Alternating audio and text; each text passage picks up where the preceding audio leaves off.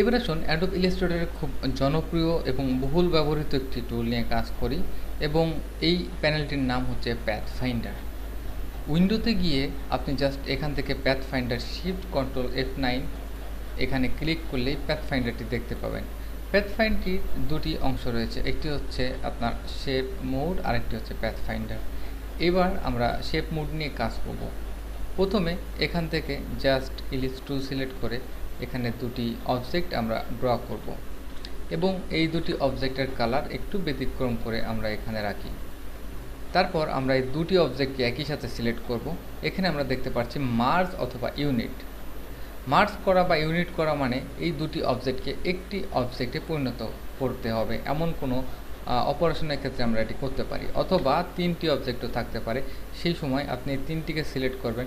সব থেকে উপরে যে অবজেক্টটি থাকবে সেটির কালার কিন্তু এই তিনটি একই রকম হয়ে যাবে। যেমন এখানে ক্লিক করার পর দেখছেন যে এই তিনটি একটি অবজেক্টে কনভার্ট হয়েছে, যেটি অনেক সময় আমরা এখান থেকে শেপ বিল্ডার টুলের মাধ্যমে করে থাকি। খুব সহজেই আপনি এখানে শেপ মোড দিয়ে আপনি এটি মার্জ করে নিতে পারেন। এরপর আসুন এই তিনটি সিলেক্ট থাকা অবস্থায় নেক্সট হচ্ছে আমাদের মাইনাস ফন্ট। মাইনাস ফন্ট হচ্ছে আপনার ফন্ট এরিয়া সবসময় মাইনাসের দিকে যাবে। আপনি ক্লিক করার পর দেখবেন যে আপনার ফ্রন্টে যে দুটি অবজেক্ট ছিল সেই দুটি অবজেক্ট একদম নিচের অবজেক্টটি থেকে মাইনাস হয়েছে। সহজে বোঝার জন্য আপনি দুটি অবজেক্ট দিয়ে পরীক্ষা করতে পারেন। এখানে আপনি যদি একটি চাঁদ তৈরি করতে চান, সেজন্য আপনি উপরেরটি যেহেতু মাইনাস হবে, নিচেরটি একটি চাঁদ তৈরি হবে। তো আপনি দুটিকে সিলেক্ট করে মাইনাস ফন্টে ক্লিক করার সাথে সাথে আপনি দেখলেন এখানে একটি চাঁদ তৈরি হলো। খুব সহজে আপনি একটি অবজেক্ট বিল্ড আপ করতে পারেন। এবার আসুন আরেকটি পরীক্ষা করা যাক। আমরা জাস্ট একটি শেপ তৈরি করতে চাই, এবং শেপটি জাস্ট কন্ট্রোল ওয়াই চেপে আমরা আউটলাইন দেখব। আউটলাইন দেখে এখান থেকে মুভ করে জাস্ট এই অংশটি আমরা রাখতে চাই। এজন্য কন্ট্রোল ওয়াই আবার চেপে আমরা আমাদের ভিজিবিলিটি ফিরিয়ে আনব, এবং এখানে আমরা দেখতে পাচ্ছি যে আমাদের এটা হচ্ছে ইন্টারসেক্ট। তো ইন্টারসেক্টে আপনি যখন ক্লিক করবেন তখন শুধুমাত্র ভিতরের অংশটি থাকবে, দুই পাশের অংশটি আপনার রিমুভ হয়ে যাবে। এবং এরপর আপনার রয়েছে স্ক্রুটটি আপনি ক্লিক করলে শুধুমাত্র ভিতরের অংশটি আপনার রিমুভ হয়ে যাবে, দুই পাশের অংশটি থাকবে। তো আমরা এখান থেকে আরও একটি পরীক্ষা করি। অনেক সময় লগো ডিজাইনের সাইন আমরা বিভিন্ন ধরনের সাইন ব্যবহার করি। এরকম ধরনের অবজেক্ট আমরা ক্রিয়েট করি, যেমন দুটিকে সিলেক্ট করে এখান থেকে জাস্ট মাঝখানের অপশনটিকে আপনি রিমুভ করে দিতে পারেন। আবার একসাথে আপনি আরও বেশি অবজেক্ট এখানে ড্র করতে পারেন।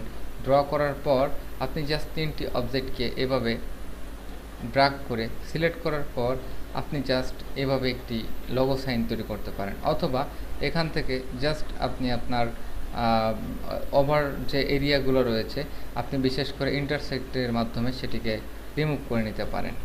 তো আমরা এখানে জাস্ট দুটি অবজেক্ট এবং এখান থেকে জাস্ট ইন্টারসেক্টের মাধ্যমে একটি সাইন তৈরি করলাম, এবং এই সাইনটিকে জাস্ট আর এর মাধ্যমে আমি একটু রোটেশন করব।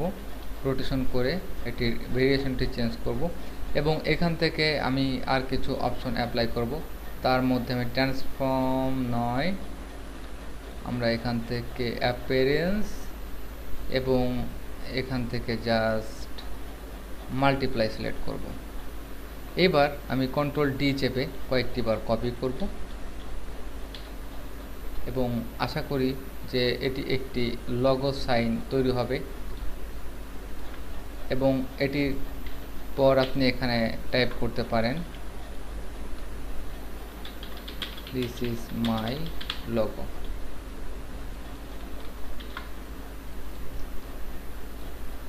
খুব সহজে আমি একটি সাইন তৈরি করলাম, লোগো সাইন। আপনি এভাবে বিভিন্ন আকারের শেপ তৈরি করে আপনি লোগো সাইন তৈরি করতে পারেন। ধন্যবাদ। নেক্সটে আমরা দেখব যে প্যাথ ফাইন্ডার কীভাবে কাজ করে। এটি আরও মজার।